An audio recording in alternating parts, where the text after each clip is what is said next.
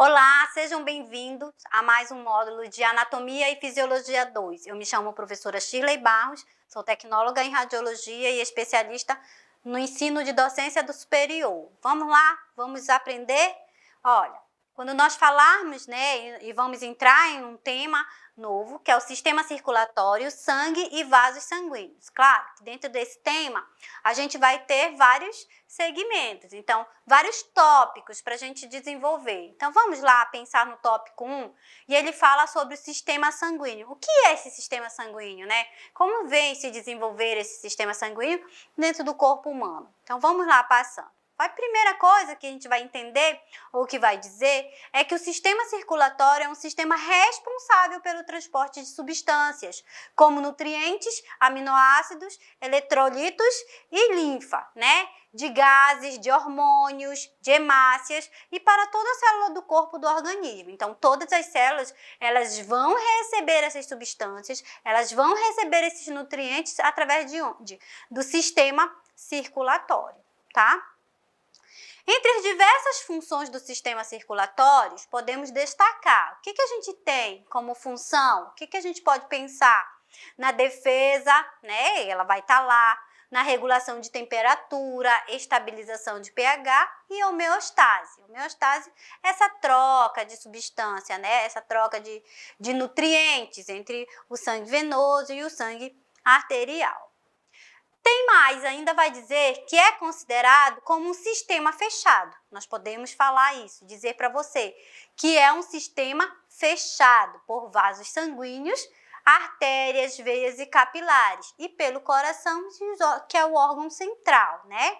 E ele funciona, né? O coração, ele funciona como essa bomba que impulsiona o sangue, dá pressão no sangue, para que o sangue circule aí por todo o nosso corpo, né? Faça esse percurso, né? Sai, né, do coração, vai fazendo todo o seu percurso, né, pelos membros, pelos órgãos e retorna novamente para o coração, tá?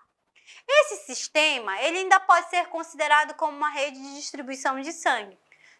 Comparavelmente, a gente compara esse sistema com um sistema de encanação de água. Você pode estar comparando com isso. É um sistema central irrigando todos os outros sistemas. Então, vem um sistema central, o sangue é encaminhado do coração, ele passa por todas as artérias mais calibrosas, né?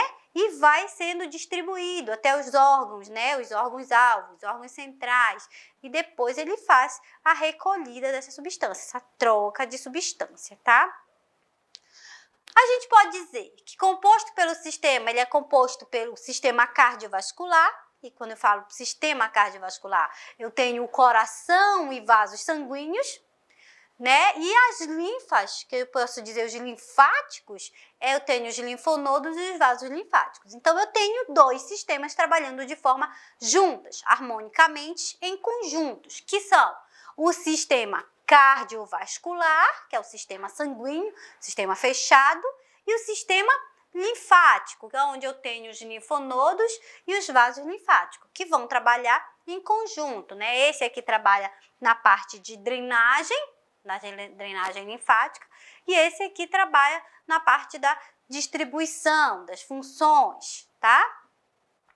Esses dois sistemas juntos, unificados, eles dão origem ao sistema circulatório, sendo dividido o sistema sanguíneo e sistema linfáticos. E ainda temos mais dentro desses sistemas, os órgãos hematopoéticos. Esses órgãos hematopoéticos, nós vamos ver um pouquinho mais para frente, eles são órgãos que vão estar trabalhando no nosso sistema aí de defesa, né? Nos defendendo contra os agentes que estão aí soltos pelo mundo, né? Olha, dentro do sistema sanguíneo, nós temos os vasos. O que são os vasos? São tubos fechados, né, que transportam o sangue, né, e os órgãos e retornam para o coração, Então, esses vasos, eles são circuitos, chamados de circuitos fechados, que vão transportar o sangue até os órgãos, né?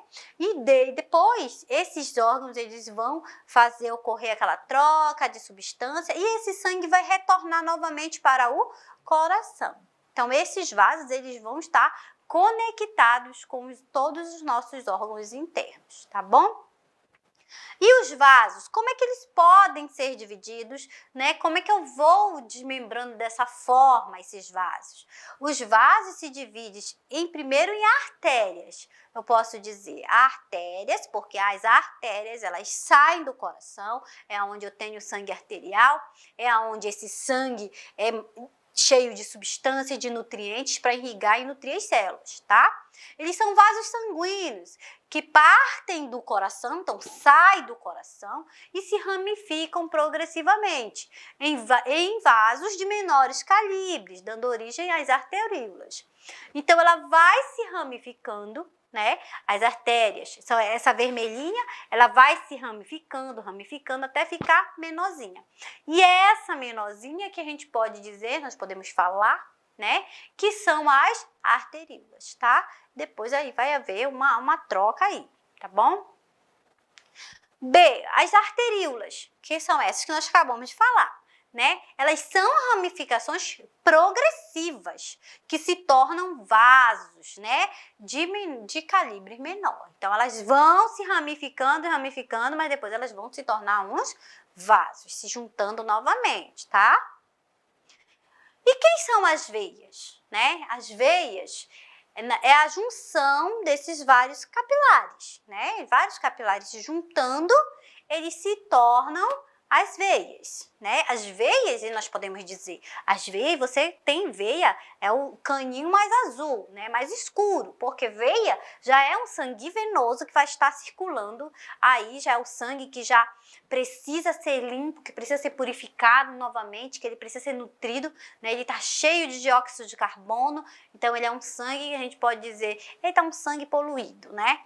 Então a gente tem essas veias, né, que formam-se e elas vão formar as vênulas e dando origem às veias. Então, as vênulas, a gente vai desses raminhos mais fininhos, né, que são as arteríolas, aí elas vão se juntando novamente e vai ficando mais calibrosa.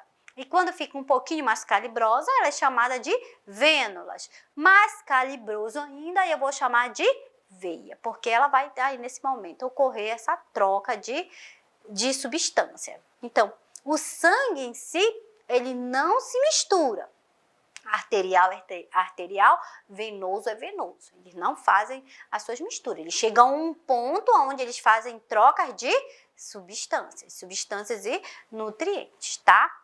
Então, dando origem às veias que levam o sangue para o coração. Então, as veias é que vão levar o sangue para o coração, encaminhando esse sangue novamente para serem de forma purificada. E as vênulas? É a junção de vários capilares. As vênulas é aqueles capilares menorzinhos que vão juntando e vão se formando para serem as vênulas, antes da veia, tá? Se formarem. E os capilares? Capilares, eles também estão lá. Capilares são as ramificações mais finas das arteríolas. Então, eu tenho as arteríolas e mais fininhos eu tenho chamado os capilares, tá? São as ramificações mais finas das arteríolas. E nos capilares ocorrem as trocas gasosas e nutritivas entre o sangue e os tecidos. Então, essa troca de substância, né, vai ocorrer aonde? Lá nos capilares. E quem são os capilares? São as ramificações mais finas das arteríolas. Então, é lá nesse finalzinho, nessa junção que está ocorrendo essa troca de nutrientes, de substância, né? Sangue, que a gente pode dizer, o sangue arterial está passando e está irrigando e fazendo, né, fazendo as trocas, dando nutrientes e capturando lá o que é o dióxido de carbono, tá? Vamos entrar um pouquinho no coração? Vamos pensar no coração? Quem é o coração? Né? Ele é um órgão muscular que funciona como uma bomba e que possui contração. Né? Ele é um músculo involuntário, então ele vai contrair e faz com que o sangue circule. Então ele fica bombardeando, né, esse sangue para que esse sangue circule por todo o nosso corpo. Claro que se há falha nesse bombardeio, se há falha nessa pressão sanguínea, também vai ter falhas no nosso coração, né? Aí nós temos, bora falar um pouquinho dos sistemas linfáticos, tá? Quem são, né? Eles são vasos condutores da linfa. Eles vão drenar esse líquido, eles vão ajudar com que esse líquido do nosso corpo volte, né, para as veias, para as artérias, né? Vai ser ajudar com que ele fique lá e não fique retido nas nossas camadas, né, de tecidos. Então, olha só. Os vasos condutores de linfas drenam a linfa do espaço intercelular para a corrente venosa. Então, olha aí o que está acontecendo, né?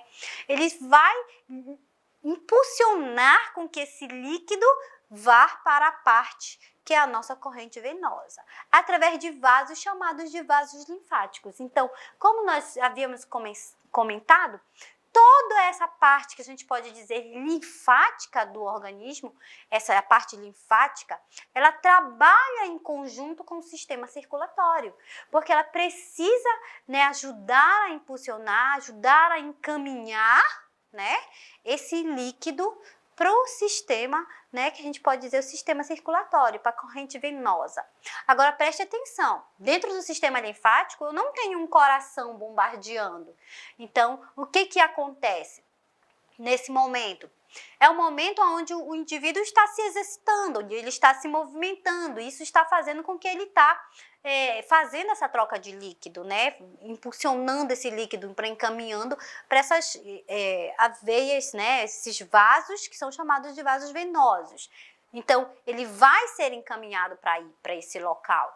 O que a gente tem, né? Como é composto esses vasos linfáticos? Nós temos capilares linfáticos, nós temos vasos linfáticos e também nós temos os troncos linfáticos. Então, claro que se você falar em estrutura linfática, nós podemos dizer ou podemos pensar que as linfas, elas têm algumas distribuições que elas são importantíssimas, que são os linfonodos, que eles agem como forma de defesa do nosso organismo, né? Na região do pescoço, na região da axila e da região da virilha. Então, quando o indivíduo, o paciente ou a pessoa, ela se desenvolve com uma inflamação, que é uma inflamação, vamos dizer, na garganta, e para que essa inflamação na garganta não se prolifere para outra região do corpo, quem age nessa situação são os linfonodos, que são essas glândulas mais aumentadinhas. Então, elas trabalham como forma de defesa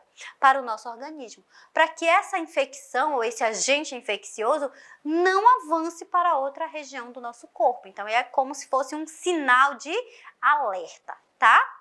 Vamos lá, vamos seguir. Órgãos linfóides. O que a gente tem como os órgãos linfóides? Olha, localizado entre os vasos sanguíneos, dão origem às células brancas, né? Então, células brancas, células de defesa. Eles podem ser encontrados também entre os vasos linfáticos, nos quais filtram a linfa.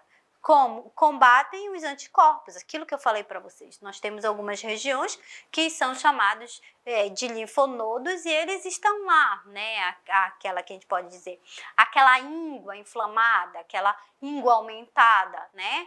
E ela se encontra lá. Então, nós podemos dizer que ela é um linfonodo, que ela é uma linfa, que ela está trabalhando como uma célula de defesa, tá? Mas nós temos, né? Os órgãos linfóides, eles são compostos por linfonodos e as tonsilas. Tonsilas, que são essas glândulas da região do pescoço, né? A famosa amígdala, né? Quem fala, estou com amidalite, estou com a tonsila inflamada. Então, é essa região aí do pescoço, quando a gente fala, estou com essa região inflamada, é alguma região que está muito inflamada e aí elas estão combatendo essa infecção para que não se prolifere para outra região do corpo, Quando fala dos linfonodos, eu tenho linfonodos na região da axila. Então, paciente que desenvolve uma patologia na mama ou na região do tórax, a região onde vai ser aumentada esses linfonodos é na região da axila, né? Ou na região do tórax. Então, assim, cada região é uma região específica. Se for na região da pelve, onde que vai aumentar? Pelve e membros inferiores, ela vai aumentar na região inguinal, que é essa região mais próxima aqui da articulação coxo-femoral do nosso paciente. Então, a gente tem aí os órgãos de linfóides. Olha, os órgãos hematopoéticos. O que a gente pode pensar nos órgãos hematopoéticos, né? São eles que produzem elementos do sangue. Quem são esses elementos, professor? Os leucócitos, as hemácias, as plaquetas, né? São eles. Eles vão produzir quem? Medula óssea, né? A nossa medula óssea, que vai estar produzindo esses leucócitos, hemácias e plaquetas, o baço e o timo. Claro que num indivíduo que é pequeno, uma criança, um bebê, ele produz muito mais essas células. Por quê? O timo de uma criança é totalmente diferente de um timo de um adulto. Então, o timo de uma criança pequena é grande, está lá trabalhando com toda intensidade. E um timo de um adulto já é um timo pequeno, né? já diminuído, já reduziu o seu tamanho. Mas ele tem produção. Então, para quem não sabia, né? A medula óssea, o baço e o timo, eles são órgãos que produzem, né? Produzem sangue, leucócitos, hemácias e plaquetas, para a gente poder entender, tá? Aí nós vamos entrar agora, vamos pensar no sistema sanguíneo, né? Porque a gente já falou das hemácias. Hemácias a gente encontra lá no sistema sanguíneo, essa produção aí de sangue, né? Em um adulto, a gente tem uma produção de sangue aí de 60 a 80 quilos, o volume ele vai variar, né? De 4,8 a 5,4 litros por pessoa, por indivíduo, né? E por que aquela pessoa que tem 50 quilos, ela não pode doar sangue? Porque ela não tem um nível de quantitativo de litros na equivalência. Então, por isso que isso daí é um fator muito influenciador. Não posso tirar todo o sangue, né? Senão o paciente vai acabar passando mal, né? Vai contra as regras, tá? Sendo que 44% desse volume corresponde a partes sólidas. Olha, nós temos 5,4% de litros de sangue num paciente. Mas 44% desse litro, ele corresponde às partes sólidas. Quem é a parte sólida, né, desse sangue? São os leucócitos, os eritrócitos e plaquetas. Eles são a parte sólidas, né? E o restante é a parte líquida, que é chamado de plasma. Claro que quando nós olhamos aqueles vídeos lá de manipulação de sangue, né, de pesquisas de sangue, nós vamos observar que eles fazem uma centrifugação, né, no sangue para fazer a sua análise, e aí eles vão girar e vão dividir, né? E aí ele divide a parte sólida e a parte líquida. A parte líquida, que é aquela parte mais amarelada, um pouquinho, ela é chamada de plasma. E o restante que sobra, a gente tem como leucócitos, eritrócitos e as plaquetas, tá? A parte sólida, ela encontra-se suspensa. Então, quando ela girar, a parte sólida, ela vai encontrar suspensa no plasma do sangue. Então, a gente já tem uma ideia aí de quem é o sólido e de quem é o líquido dentro do nosso sangue, tá? Quem fala isso? Kayamoto, 2016, página 84. Ele que vai nos dar essa orientação, tá bom? O que a gente tem como a cor do sangue? Vamos aprender a diferenciar a cor do sangue? Então, olha só.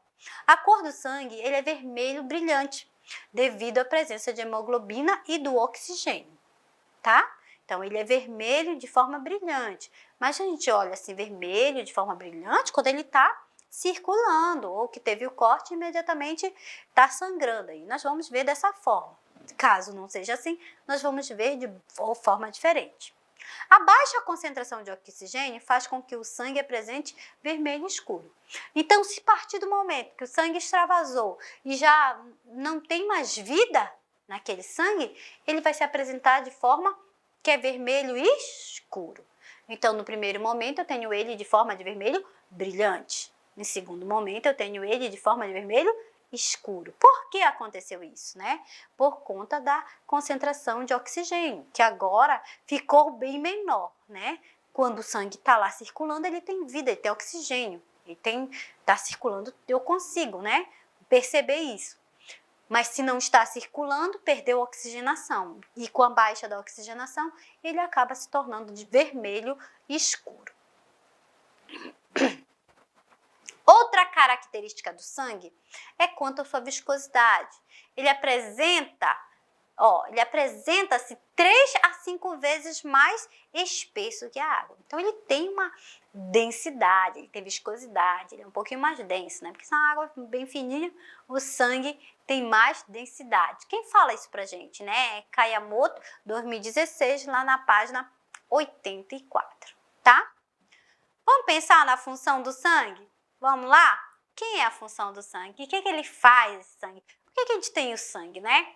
Primeiro, que ele faz transporte. Ele faz transporte. Transporte de quê, prof? Transporta oxigênio, né? Dos pulmões para as células do corpo. E o dióxido de carbono das células corporais para os pulmões, para que seja exalado, para que seja liberado. Então, eu já tenho aí uma primeira função do sangue. Ele transporta. E o que ele transporta? Ele transporta tanto o oxigênio como o dióxido de carbono. Ele transporta oxigênio para todo o corpo e transporta o dióxido de carbono encaminhando para os pulmões, né? Para ser exalado, para ser filtrado, para ser, né, mudado. Ainda no transporte, a gente ainda tem os nutrientes que ele vai levar, né, do sistema digestório para as células corporais, os hormônios das glândulas endócrinas para a célula do corpo. Então, nós vamos ter de forma diferenciada e ele vai estar trabalhando de forma harmônica, fazendo a captura dessas substâncias, levando para onde tem que levar e depois retomando isso novamente. Então, ele faz dessa forma. Então, o sangue, ele tem uma função de transporte. E olha que ele transporta várias coisas, né? Você já viu. O sangue também transporta o quê? Calor e produtos residuais para diversos órgãos, que seja eliminado pelo corpo, né? Então, o sangue, ele faz um transporte imenso. Então, pensa num caminhão grande, né? Cheio de coisas, e esse é o sangue fazendo o seu transporte, tendo a sua função, né? Transportando várias coisas ao mesmo tempo. Então, quem fala isso pra gente, né? Tutora Derrickson, 2019, página 666, tá? Nós temos ainda, dentro da função do sangue, a regulação. Mas ele regula o quê? O sangue circulante ajuda a manter a homeostasia de todo o corpo, os líquidos corporais. Então, ele mantém um equilíbrio, né? Ele faz uma regulação de temperatura, ele mantém o equilíbrio, a homeostasia, né? Ele faz com que tudo trabalhe em equilíbrio. Tanto que quando a pessoa desmaia, perdeu um pouquinho de oxigenação lá na região do encéfalo, então já fica, né? Já perdeu aí a sua regulação, já não está regular. Então, vem essa ideia, equilíbrio, homeostasia, é todo mundo trabalhando junto harmonicamente. Então, o sangue, ele está fazendo isso, ele está fazendo o funcionamento, tá? O sangue ajuda a regular o pH, usando o quê? Tampões. Além disso, auxilia no ajuste da temperatura corporal, por meio de absorção de calor. Então, se está muito frio e a pessoa está congelando, a primeira coisa que ela faz, ela tenta se encolher, né? Ela vai se encolher. E todo aquele sangue, ele vai se concentrando para a região central, que é a região central do corpo. Para quê? Para que prevaleça a alimentação em órgãos vitais, né? Então, ele faz essa temperatura, ele faz esse equilíbrio de absorção de calor, né? Porque para dar equilíbrio ao funcionamento, para garantir que aquele órgão interno ele está funcionando de forma harmônica, né? Que ele não perca a sua função, que ele consiga, né, fazer. Então, ele usa o pH, usando tampões, ele vai fazer isso, né, um equilíbrio de pH. Ele vai ajudar a regular esse pH usando tampões para evitar que o sangue ele se ou vá muito rápido ou extravase muito rápido. Então, ele vai trabalhar dessa forma, tá?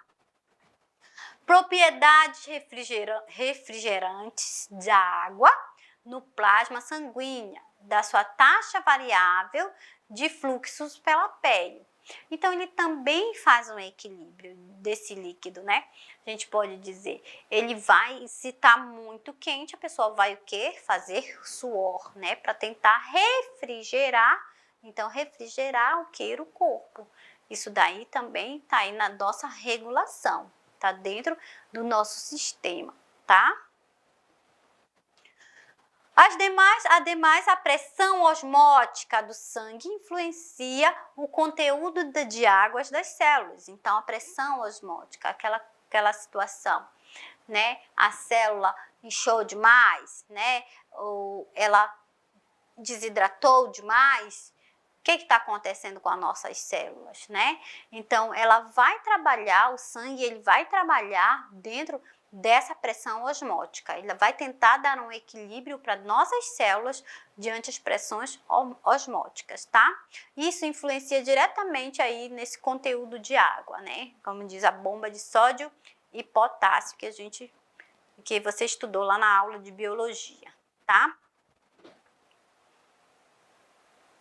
Então, a gente tem, principalmente por meio de interações de proteínas e de íons desenvolvidos, né? Esses íons que nada mais é do que essas trocas de energias, substâncias químicas que o nosso próprio organismo tem e produz, tá bom? Então, ele também vai estar trabalhando nessa regulação, né? Principalmente por meio dessa interação de proteínas e íons. Então, essas substâncias químicas, elas vão estar também em conjunto com a circulação sanguínea, tá? Quem diz isso pra gente? Tutora Derrickson, 2019, a página 666, tá? Olha, o sangue também tem a função de proteção, né? O sangue é capaz de coagular e se tornar parecido um gel. Quando a gente fala, ele está coagulando, quando a pessoa tem um corte, imediatamente o sangue vai ficando mais pedradinho, né? Ele vai tentando nos proteger para que não haja extravasamento desse sangue, né? Porque o sistema, ele reconhece que nós precisamos, é um sistema fechado, então não posso perder o sangue, né? Então, se torna parecido um gel, é a propriedade que protege contra a perda excessiva do sistema circulatório, né, depois de uma lesão. Então, isso ocorre numa lesão, ele vai tentar recuperar essa lesão para que não haja extravasamento do sangue, tá? Os leucócitos, ainda na proteção, os leucócitos protegem contra as doenças, realizando a fagocitose. Gente, o que é a fagocitose? Nada mais é do que aquela célula que vai lá, engloba o agente patogênico e tenta destruí-lo. Isso é uma fagocitose, tá? Então, quem faz isso? É os leucócitos.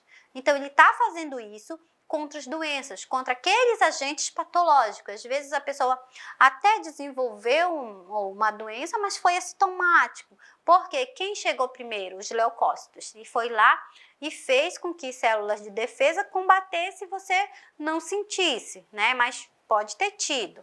Então, a gente fala que isso é um assintomático, um ser humano que não teve sintomas daquela doença ou daquela patologia. Quem está fazendo isso como forma de proteção? Os leucócitos. Eles estão fazendo o quê? Nos protegendo contra as doenças. Através de quê? Como que eles fazem isso? Através da fagocitose, tá? Os leucócitos também protegem contra as doenças, né? Realizando aí essa fagocitose. Regulação. O excesso de calor pode ser perdido do sangue para o ambiente, né? A gente pode dizer o excesso de calor. Quando eu estou muito agitada, o que acontece comigo? Eu vou suar para baixar a minha temperatura. Isso daí nada mais é do que uma proteção, tá? Isso é uma regulação de temperatura. Por isso que você soa quando está se sentindo muito quente. Isso daí é um excesso de calor, tá? Perdido do sangue para o meio ambiente. Diversos tipos de proteínas sanguíneas, inclusive os anticorpos. Então, nós temos proteínas distribuídas por toda a corrente sanguínea, inclusive os chamados anticorpos. E eles vão estar de forma agindo como proteção ao nosso organismo, proteção a nós, né? Interferonas e complexos auxiliam na proteção contra doenças virais de várias formas, contra doenças de várias formas. Eu pensei nas doenças virais, né? Pensei na hepatite, né? Então, interferona, né, e complementos, eles vão ajudar no combate, né? Nesses agentes patológicos mais específicos, mas eles estão lá, trabalhando na proteção do indivíduo, tá? Quem vai falar pra gente isso? É a tutora Derrickson, 2019, na página 666, tá? Então, vamos lá? Vamos passar um pouquinho? Ainda dentro do nosso sistema circulatório, sangues e vasos sanguíneos, nós vamos entrar agora no tópico 1.1. E nós vamos falar sobre os vasos sanguíneos, né? O que é esses vasos sanguíneos? O que a gente fala sobre eles, tá? Olha, as estruturas envolvidas nesta importante tarefa têm função. São os vasos sanguíneos, né, que formam um sistema fechado de tubos que levam o sangue, né, para fora do coração. Então, eles têm as suas responsabilidades, que nada mais é encaminhar esse sangue que sai do coração e irrigar todos os nossos órgãos, tá? Esses são os vasos. Dentro, eles transportam para os tecidos do corpo e em seguida devolvem ao coração. Então, eles fazem todo aquele transporte que nós já vimos um pouquinho antes, todo aquele transporte de nutrientes, oxigênios, substâncias, hormônios, vai ser transportada por onde? Pelos vasos sanguíneos. E depois ele captura aquilo que o corpo não quer, aquilo que o corpo foi excretado, né? Como dióxido de carbono, e devolve para onde? Para o coração, e o coração vai devolver para o pulmão. E o pulmão, por sua vez, vai fazer lá, né, o seu trabalho de filtração, mandar o dióxido de carbono embora e mandar o quê? O oxigênio para o nosso organismo, tá bom? Falando assim, expressivamente, né, para vocês. Então, olha só. Quem fala isso pra gente? Tutora Derrickson, 2019, a página 735, né? Que transportam para todo o tecido do corpo e em seguida devolve para o coração, tá? Então, dentro ainda do vaso sanguíneo, as paredes de um vaso sanguíneo, ele é composta por 3 camadas, ou posso dizer, 3 túnicas, né? De tecidos diferentes. Então, nós vamos ter 3 tipos de tecidos de forma diferente aí sendo envolvida, tá? Então, a gente tem um revestimento epitelial interno, bem interno mesmo, revestimento epitelial bem interno. Eu espero que dê para vocês verem, tá? Uma túnica média, olha a túnica média sendo revestida, tá bom? Uma túnica média por músculo liso e um tecido conjuntivo elástico. Então, ela tem esse músculo liso e um tecido conjuntivo elástico dentro dessa túnica média, tá? E o revestimento externo de tecido conjuntivo. Então, ela vai ter outro revestimento que é chamado de tecido conjuntivo, tá bom? As 3 camadas estruturais de um vaso sanguíneo qualquer, da mais interna para mais, né, para a periferia, são as túnicas íntimas, túnica médica e túnica externa. Então, eu posso dizer que eu tenho uma túnica íntima, que é da mais interna para a mais externa, de dentro para fora, né? Eu tenho uma túnica íntima, uma túnica média e eu tenho uma túnica externa. Uma túnica porque vai estar bem guardadinho, tá? Olha, os 5 tipos principais de vasos sanguíneos são, o que a gente tem? As artérias, eu coloquei bem, eu botei a setinha aqui para você ver, né? As arteríolas, né? Aí mais aqui a gente tem um pouquinho que é os capilarezinhos, né? Aí eu tenho, quem mais? As vênulas e as veias, tá? Então, eu tenho esses 5 tipos principais de vasos sanguíneos, tá?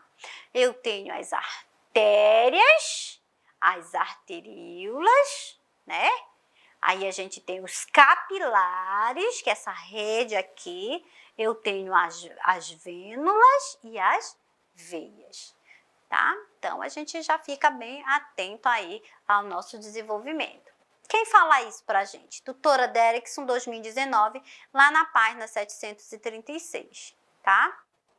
Então, vamos lá? Vamos pensar, continuar pensando e analisando os nossos vasos sanguíneos? Olha, as artérias. O que as artérias fazem? As artérias, que são as nossas vermelhinhas, artéria, sangue arterial, sangue cheio de substância, enriquecido de oxigênio, né, para transportar para nossas células. Então, olha só. As artérias, elas transportam o sangue do coração para os órgãos. Então, a artéria, ela vai nutrir todos os nossos órgãos, tá? As artérias grandes, olha, e elásticas deixam o coração e se ramificam em artérias musculares, de médio porte e que emitem ramos de várias regiões do corpo. Então, elas vão se ramificando até chegar a todos os nossos órgãos, tá? Então, artéria, sangue arterial, cheio de substâncias, rico, né? Rico em oxigênio, levando nutrientes. A artéria média, médio, ela parte então e se divide em pequenas artérias. Então, ramifica, vai se dividindo por menores, né? A quais, por sua vez, se divide em artérias ainda menores, chamadas de arteríolas. Então, antes de eu chegar nos capilares, eu tenho quem? As nossas arteríolas, tá? Conforme as arteríolas entram em um tecido e se ramificam em diversos vasos do músculo, aí eu vou achar os capilares, tá? Aí menores ainda. E aqui nesses capilares, aí você vai observar que ele tem vários furinhos, porque nesses capilares é que está ocorrendo a troca de substâncias, tá? Vamos lá? Os vasos sanguíneos, as paredes mais finas dos capilares, eles possibilitam a troca entre o sangue e o tecido do corpo. Então, aqui nesses capilares, eu tenho o quê? A troca de substância, né? Eu tenho sangue arterial, né? Que é o arterial vermelhinho, e o venoso, que é esse mais escurinho, e aqui entre eles eu tenho os capilares. E nesses capilares faz a troca de substância. E aí que vai, como diz, a gente pode dizer, que vai ocorrer a troca, né, desse sangue. Então, grupos de capilares no tecido se unem, né, para formar pequenas veias. Então, esses grupos aqui de capilares vão se unindo, eles se transformam em vênulas, e vênulas ainda mais calibrosa, vai aumentando e se transforma em veia, né? Veia, sangue venoso, é sangue que está passando, que já está rico em dióxido de carbono, que vai para o coração, do coração para os pulmões. É lá que vai ocorrer a hematose. Quem fala isso pra gente? Tutora Derrickson, 2019, lá na página 736, tá? Então, esta, por sua vez, se funde para formar vasos sanguíneos, progressivamente, chamados de veias. Então, há uma fusão e aí elas vão chamando de veias. As veias são os vasos sanguíneos que conduzem o sangue, né, dos tecidos para o coração. Então, eles vão retornar para o coração. Do coração vai para o pulmão, hematose.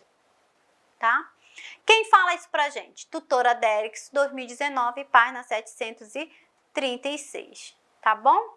E aqui é só uma imagem ilustrando para você, né, a parte onde a vênula, o que está acontecendo, né, a parte mais ilustratória da túnica, o nível de túnica, túnica íntima mais interna, túnica média e a túnica mais externa. Quer dizer, no seu interior, vai afinando mais um pouquinho e a gente vai encontrando essas estruturas, tá?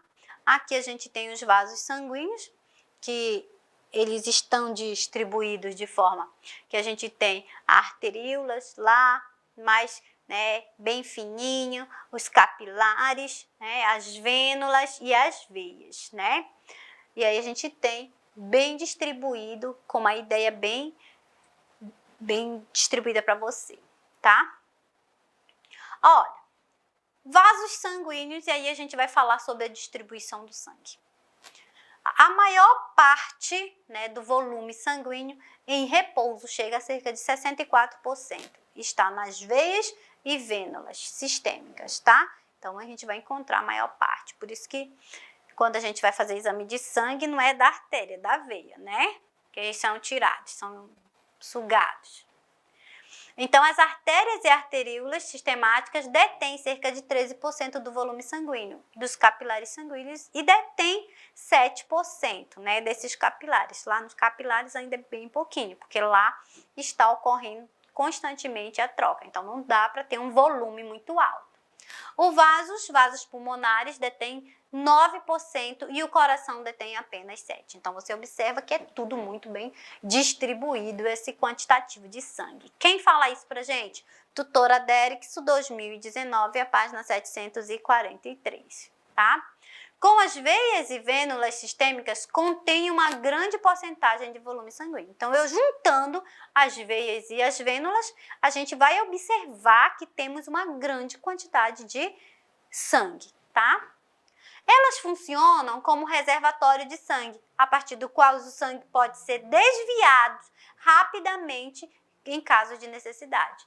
Então, em caso de um acidente, imediatamente o sangue vai ser encaminhado, né? E aí, muitas vezes, ele vai para o centro do corpo, vai oxigenar áreas vitais do paciente, para que o paciente continue em funcionamento, tá? Entre os principais, nós temos reservatório de sangue, às vezes são dos órgãos abdominais, como eu falei, sempre a região central ela vai sempre concentrar maior quantidade de sangue, especialmente o fígado e o baço. Então, no baço e no fígado é onde eu encontro a maior quantidade de sangue. E as veias da pele, tá? A missão de todo o sistema circulatório é manter o sangue fluindo, né, pelos capilares, para possibilitar a troca capilar. Então, essa é a missão do sangue, esse é o objetivo do sangue, né? Manter aí o sangue fluindo, circulando, né? Alimentando as redes. O movimento de substância entre o sangue e o líquido intersticial é os 7% do sangue, que estão nos capilares sistêmicos. Então, eu só tenho 7% dos capilares aí trabalhando, tá? Troca no capilar. A qualquer momento estão continuamente trocando os materiais com o líquido intersticial. Então, esses capilares eles estão o tempo inteiro trabalhando, fazendo essa troca de substância. As substâncias elas entram e saem dos capilares por 3 mecanismos básicos. Então, eu tenho 3 mecanismos sendo trabalhados. A difusão, transcitose e fluxo de massa. Então, isso daí todo o tempo inteiro está ocorrendo lá nos nossos capilares, tá? As trocas de substância entre e sai dos capilares, tá bom? Continuando, vamos lá. Vamos continuar nossa aula, mas agora a gente vai ver, né, ainda dentro desse tema do sistema circulatório, sangue, vasos sanguíneos, o tópico 1.2, que é a coagulação sanguínea. O que acontece nessa coagulação ou como acontece isso, né? Ele é um mecanismo de defesa natural do teu organismo, natural, tá? Ele contra o extravasamento de sangue. Então, coagulação é porque em algum lugar está extravasando sangue, ou ela é interna ou ela é externa, mas ela pode extravasar, né? Por meio de uma lesão ou de um vaso sanguíneo. Quem fala isso pra gente? Kayamoto, 2016, página 86. Para ocorrer a coagulação, é necessária a formação de fibra, a partir de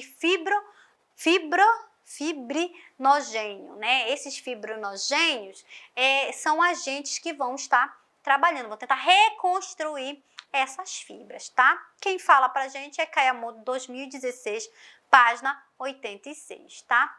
Considerando os fatores de coagulação, os elementos que se encontram inativos no plasma e nos tecidos participam na formação dessa fibrina, tá? Então, nós vamos ter elementos que vão estar trabalhando, agentes, né, que vão estar aí, né, citados a seguir. Então, nós temos os fatores que são fatores de coagulação. Quem são eles? Fibrinogênio, né, protombina, que é formada no fígado sob a ação de vitamina K. Então, em alguns casos, né, eles passam lá vitamina K, o médico passa para ajudar nessa coagulação aí do paciente. Ativador de protombina, PTA, o cálcio, né? Então, a gente tem essas substâncias. É importante destacar o fator 5, não é mais considerado um fator de coagulação, mas sim uma forma ativada do fator 5.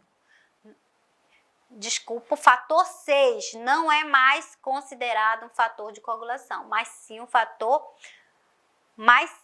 forma ativada do fator 5, né? E o fator 8 é ausente nos hemofílicos, aquela pessoa que não consegue coagular o sangue sempre, né? A partir do momento em que ocorre a lesão no tecido com o sangramento, o vaso sanguíneo se contrai.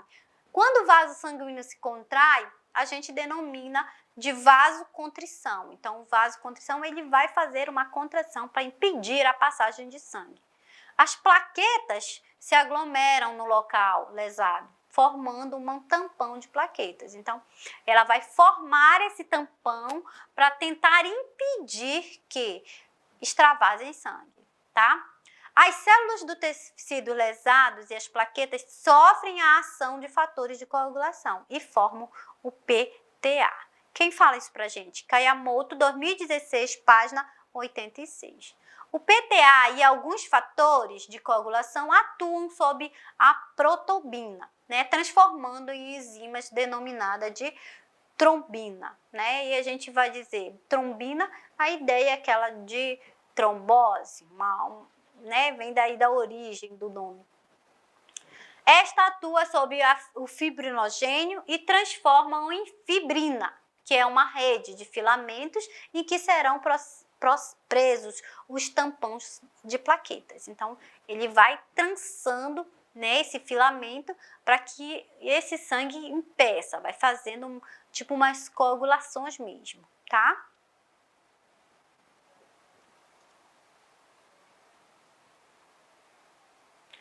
Os eritrófitos e os leucócitos, a partir de um momento em que é eliminado um líquido amarelo e transparente e incoagulável, que é chamado de soro. Então, eles também entram na sua participação. É formado o coágulo para fechar a lesão e impedir o sangramento. Então, a gente tem, quem fala isso pra gente? Kayamoto, 2016, lá na página 86, tá? Então, vamos passar mais um pouquinho? Vamos lá. Sistema circulatório, sangues e vasos sanguíneos, no tópico 1.3. Que agora a gente vai para o nosso coração, tá? E aí a gente já tinha entendido. Coração, tecido muscular, involuntário, né? Mas para que o sangue alcance as células do corpo, né, e troque esse material com elas, ele deve ser bombardeado continuamente por meio de quem? Do coração, ao longo de vasos sanguíneos pelo corpo. Então, o coração vai estar lá de forma bombardeando. Esse coração, ele se contrai cerca de 100 mil vezes ao dia. É muita contração, né, gente? É muito, é bastante. Né? O que faz aproximadamente 35 milhões de contração em um ano. Então, teu coração trabalha bastante, né? Cerca de 2,5 bilhões de vezes ao longo de um período médio de vida. Então, aí que diz que o coração está cansado, né? Então, trabalhar, porque ele fica o tempo inteiro, ele não tem descanso. A gente repousa, mas o coração não. O coração, ele é o centro do sistema circulatório. Ele é um órgão muscular oco que atua como uma bomba contrátil. Propulsora, quer dizer que ele vai ficar o tempo inteiro lá trabalhando e pulsionando esse sangue. O seu peso, ele é mais ou menos em média de 250 gramas. Nas mulheres é de 250 gramas nas mulheres e de 300 gramas nos homens. Então, isso daí vai poder variar, né? de acordo com o quê? Com a frequência cardíaca, atividade do indivíduo, né? Então, diz que a mão fechada é o tamanho de um coração, né? Então, cada um tem o tamanho da sua mão e pode ver aí o tamanho do seu coração. O coração, ele também apresenta 3 camadas, né? A gente diz o epicárdio, que é uma camada mais externa, que é revertimento do coração, essa camada mais externa. O miocárdio, que é uma camada média, essa é o miocárdio. E nós temos também o endocárdio. O endocárdio é porque essa camada bem mais interna revertindo o coração, ele é um músculo estriado, né? E aí ele é revertido internamente, né, no coração.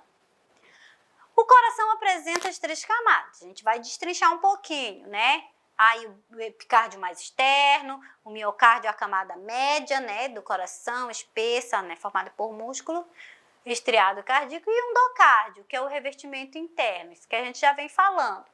Na sua morfologia interna existem 4 câmaras. Então, a gente vai pegar o nosso coraçãozinho e dividir ao meio, né? Vamos dividir em 4, fazer um quadradinho nele. As 4 câmaras, sendo 2 superiores e 2 da forma inferiores, né? A gente tem os átrios, que podemos dizer átrio direito e átrio esquerdo, ventrículo direito e ventrículo esquerdo. Então, a gente tem o coração bem dividido aí para você. Ele apresenta, olha só, expansão vista e também a sua anatomia externa. E as aurículas direitas e esquerda. Olha, as aurículas, que são as aurículas direitas e as aurículas esquerda. La Rosa 2018 é que vai estar dizendo isso pra gente, lá na página 170. Os vasos sanguíneos de grande calibre, olha, uma setinha para você, né? Os vasos sanguíneos de grande calibre estão relacionados diretamente com a base do coração. Então, essa regiãozinha de cima aqui, que a gente pode dizer, é a base. E a pontinha, né? A gente tem aí a parte mais, o fundo, né? Então, eles se relacionam, né, diretamente com a base e são responsáveis pela chegada ou saída do sangue, tá? O átrio, a gente pode dizer, os átrios estão, né, as veias cavas superiores e inferiores, né, as veias cavas, que a gente pode mostrar aqui para você, né, e trazem o sangue de todo o corpo para o coração. Estou vendo aqui de azulzinho a veia cava, né, a gente tem a superior e inferior, e ela vai trazer o sangue. O ventrículo direito, aí eu botei bem aqui o ventrículo direito, né? Na verdade, eu botei o tronco pulmonar aqui para você. Nós temos o ventrículo direito, que encontra-se o tronco pulmonar, olha o tronco pulmonar, bem escondidinho ali, né? Que leva o sangue para os pulmões. Então, eu tenho essa saída aí, porque o sangue precisa ser encaminhado para os pulmões, para fazer toda a verificação, tá? Quem fala isso pra gente? La Rosa 2018, página 171, tá? O átrio esquerdo, nós temos o átrio esquerdo, encontram-se as veias pulmonares, se é veias, né? Sangue venoso, né? Levando o sangue para os pulmões, então ele vai encaminhar o sangue para os pulmões, porque aí tá venoso ainda, tá? Ventrículo esquerdo, que está à direita, ventrículo esquerdo, né? Que ele faz? Ele leva o sangue para todo o corpo, né? O ventrículo esquerdo está encaminhando para bombardear.